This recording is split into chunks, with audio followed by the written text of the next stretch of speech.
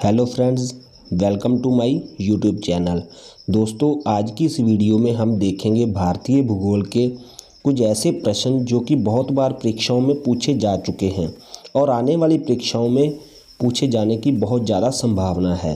तो आइए वीडियो को स्टार्ट करते हैं। हमारे पास पहला प्रश्न है, निम्नलिखित संघ शासित क्षेत्रों में सबसे छोटा कौन सा है। ये हमें क्षेत्रफल की दृष्टि से बताना है।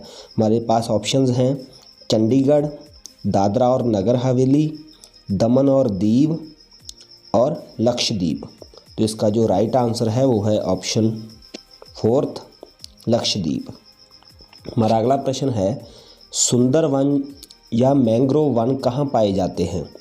हमारे पास ऑप्शंस हैं कच्छ प्रायद्वीप, पश्चिमी घाट, कोंकण तट, डेल्टाई पश्चिम बंगाल। तो इसका जो आंसर है वो है डेल्टाई पश्चिम बंगाल। हमारा अगला प्रश्न है, हीराकुड बांध किस नदी पर बनाया गया है। ऑप्शंस हैं महानदी, गोदावरी, कावेरी, पेरियार। तो इसका आंसर हो जाएगा महानदी।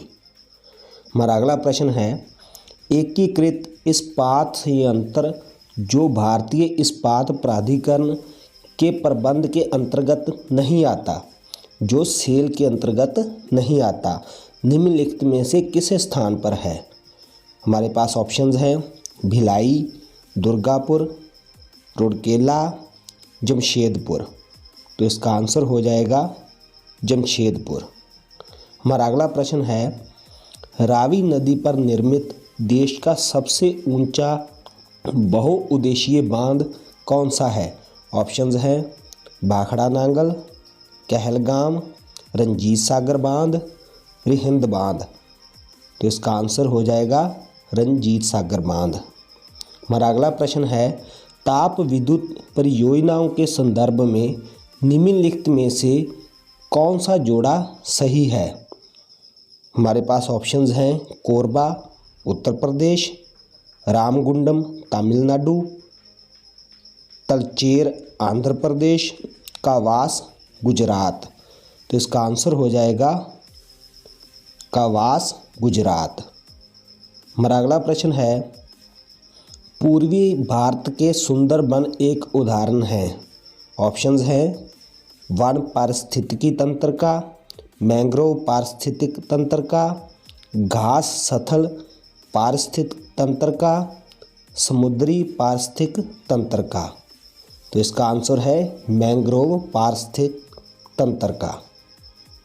हमारा अगला प्रश्न है, निम्नलिखित में से वह कौन सी नदी है जिसका उद्गम भारतीय क्षेत्र में नहीं है। तो इसका आंसर है ब्रह्मपुत्र, क्योंकि ब्रह्मपुत्र तिब्बत में से निकलती है।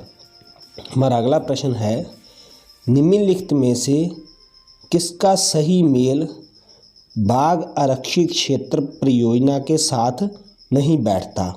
ऑप्शंस हैं सरिस्का, अलवर, वाल्मीकि, हजारीबाग, पेंच, गढ़वाल, नागार्जुन सागर, श्री सैलम। तो इसका आंसर है पेंच गढ़वाल। हमारा अगला प्रश्न है, प्रायद्वीपीय भारत की सबसे बड़ी नदी कौन सी है। ऑप्शंस हैं नर्मदा, गोदावरी, महानदी, कावेरी। तो इसका आंसर है गोदावरी नदी। हमारा अगला प्रश्न है, निम्नलिखित में से वह राज्य क्षेत्र कौन सा है जिसका सीमा मिजोरम से लगी हुई नहीं है। तो इसका जो हमारे पास ऑप्शंस हैं वो है नागालैंड, म्यांमार, असम, त्रिपुरा। तो आंसर हो जाएगा इसका नागालैंड।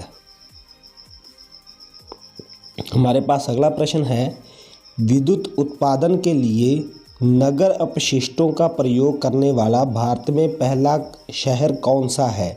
ऑप्शंस हैं कोलकाता, मुंबई, दिल्ली, चेन्नई। तो इसका आंसर हो जाएगा चेन्नई। हमारा अगला प्रश्न है, निम्नलिखित में से कौन सा राज्य भारत में सबसे अधिक मैंगनीज पैदा करता है। ऑप्शंस हैं मध्य प्रदेश, आंध्र प्रदेश, उत्तर प्रदेश और उड़ीसा। तो इसका आंसर हो जाएगा उड़ीसा। हमारा अगला प्रश्न है, भारत का सबसे पहला तट आधारित आधुनिक एकीकृत इस्पात संयंत्र कहाँ स्थित है? ऑप्शंस हैं सेलम, हल्दिया, मैंगलोर, विशाखापट्टनम। तो इसका आंसर हो जाएगा मैंगलोर। हमारा अगला प्रश्न है, गुजरात भारत में नमक का सबसे बड़ा उत्पादक है, इसका क्या कारण है? ऑप्शंस हैं उसके पास विस्तृत शुष्क तट है, उसके तटों के जल में नमक की मात्रा अधिक है, उसके पास विस्तृत उथले सागर हैं, खारे जल से नमक का उत्पादन करने के अतिरिक्त उसके पास खनिज नमक के भंडार हैं। तो इसमें से जो हमारा राइट आंसर है वो है उसके पास विस्तृत शुष्क तट है। हमारा अगला प्रश्न है, निम्नलिखित में से कौन सा जोड़ा गलत बनाया गया है? ऑप्शंस हैं कोयना परियोजना महाराष्ट्र, शरावती परियोजना कर्नाटक, बालीमेला परियोजना उड़ीसा, सब्रागिरी परियोजना गुजरात। तो इसका जो आंसर है वो है सब्रागिरी परियोजना गुजरात, क्योंकि यह जोड़ा गलत बनाया गया है और ऊपर वाले तीनों बिल्कुल सही मैच कर रहे हैं। हमारा अगला प्रश्न है, तटवर्ती आंध्र प्रदेश तथा उड़ीसा को निम्नलिखित में से किस कारण से प्राकृतिक विपत्तियों का सामना करना पड़ता है? ऑप्शंस हैं चक्रवात, भूकंप, भूस्खलन, टॉर्नेडो। तो इसका आंसर हो जाएगा चक्रवात, क्योंकि इस क्षेत्र में चक्रवात सबसे ज़्यादा आते हैं। हमारा अगला प्रश्न है, दामोदर नदी को बंगाल का शोक कहा जाता है, क्यों? इसके ऑप्शंस हैं इसमें प्राय तबाही मचाने वाली बाढ़ आती है, इसमें अधिकतम मृदा अपरदन होता है, इससे अनेक खतरनाक झरने बन जाते हैं, यह बारहमासी नदी नहीं है। तो इसका आंसर है इसमें प्राय तबाही मचाने वाली बाढ़ आती है, इसलिए दामोदर नदी को बंगाल का शोक कहा जाता है।